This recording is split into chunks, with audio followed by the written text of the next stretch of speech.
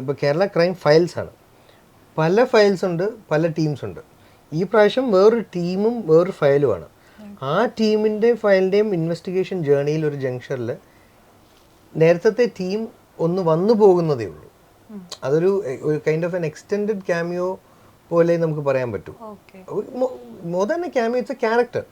നമുക്കിപ്പോൾ ഈ സ്റ്റേഷനിലായിരുന്നു ഞാനിപ്പോൾ കേസ് അന്വേഷിച്ചെങ്കിൽ, അപ്പുറത്തെ ദൂരെ ഒരു സ്റ്റേഷനിലെ ഒരു കേസിൽ എൻ്റെ സുഹൃത്താണെങ്കിൽ ആ സുഹൃത്ത് എന്നെ എങ്ങനെ കോണ്ടാക്ട് ചെയ്യും എന്നുള്ളത് പോലെ ഉള്ളൂ.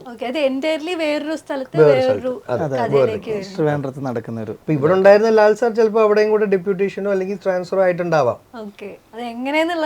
അതെ, അതിനുള്ളൊരു പ്രിവിലേജ് ഉള്ളൊരു കഥാപരിസരമാണല്ലോ കേരള ക്രൈം ഫയൽസ് എന്ന് പറയുമ്പോൾ. കേരളത്തിൽ ഉടനീളം സംഭവിക്കാവുന്നതോ അല്ലെങ്കിൽ സംഭവിച്ചതോ ആയ അല്ലെങ്കിൽ ഫിക്ഷനലി നമുക്ക് ക്രിയേറ്റ് ചെയ്യാമല്ലോ പല ക്രൈംസും.